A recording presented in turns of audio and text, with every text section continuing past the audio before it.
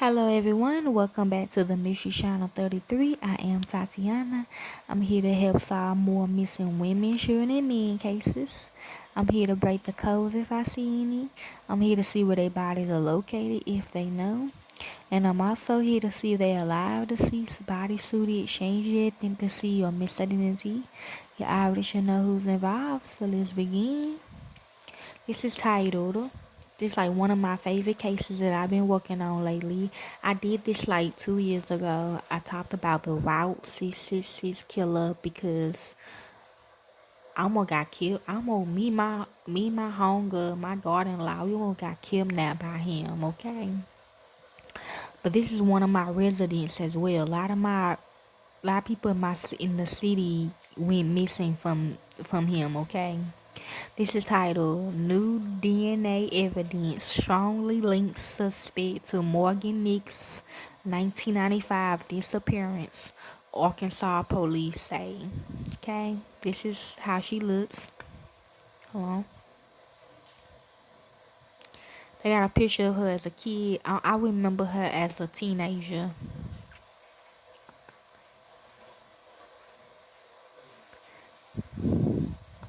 So this is how she looks.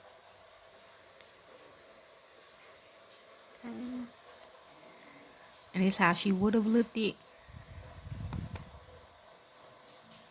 today.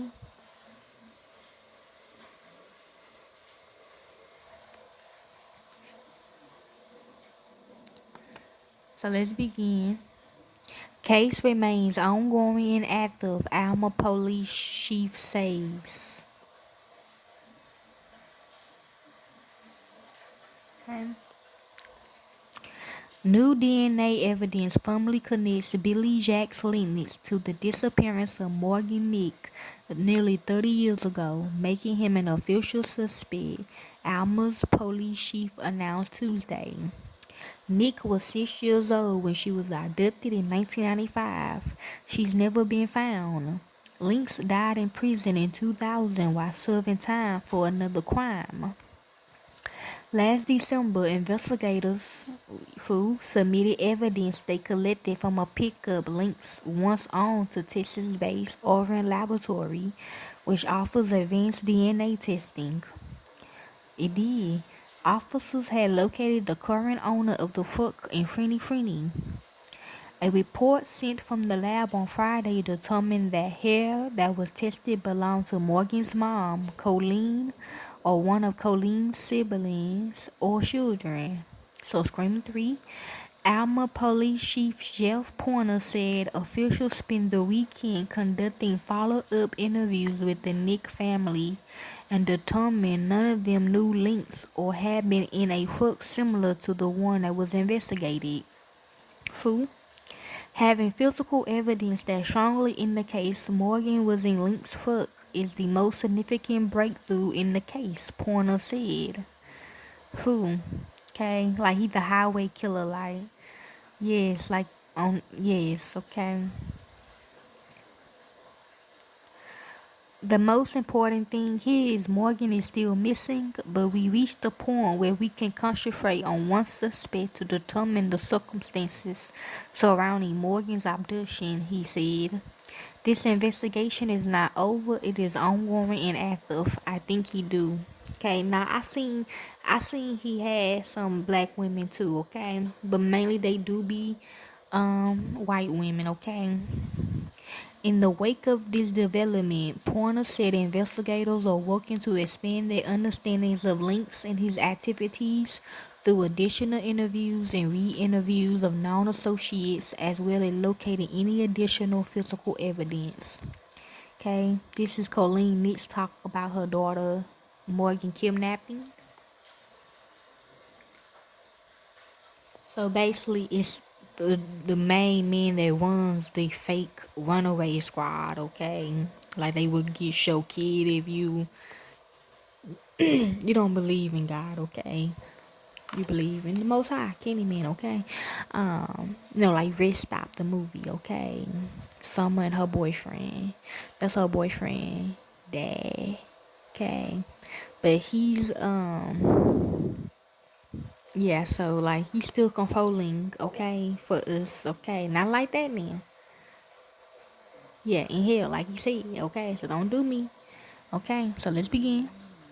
Colleen Nick has continued to tell her daughter's story and advocate for families of missing children through the Morgan Nick Foundation, which she launched in 1996. On Tuesday, Colleen said Link stole Morgan from her family. But he didn't see that he could never win because our love for Morgan, her memory, and her voice outlasted his life, and that love continues to shine. She said, her heart, Morgan's heart, shines on. Lynx was serving a sentence for a 1996 conviction for sexual indecency with a child when he died in prison at the age of 75, according to the Arkansas Democrat Gazette, who Morgan Nick was kidnapped from the Alma Little League ball field on June the 9th, 1995. Who they do take them kids there. A description of a suspect and a red truck with a right camper shell that was allegedly involved was provided at that time, according to a press release from Arkansas State Police. Okay, another picture of her. Oh, it's also my neighbor daughter too. So, in the nearly 3 decades since, local, state, and federal law enforcement officials have spent thousands of hours working more than 10,000 leads in the case, Pointer said. Lynx, a Van Buren resident and an early person of interest, was arrested on August 29, 1995 for sexual solicitation of a child. He lost his red truck, which you will see in the movie. I really want to post it in the description, but I ain't gonna lie, y'all. They be coming to my house, and I ain't gonna care. I be getting scared, y'all. He lost his red truck during the offense. Lynx denied any knowledge of Morgan's abduction when questioning by police on August 31st, 1995. So investigators moved on according to the press release.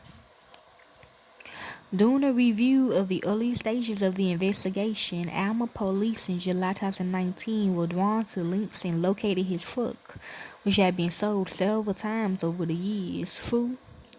The current owner, who had no knowledge of Lynx, gave permission to examine the truck for evidence, Pointer said. Yes, like that. The FBI evidence response team examined the truck in Frenny and retained custody of the evidence.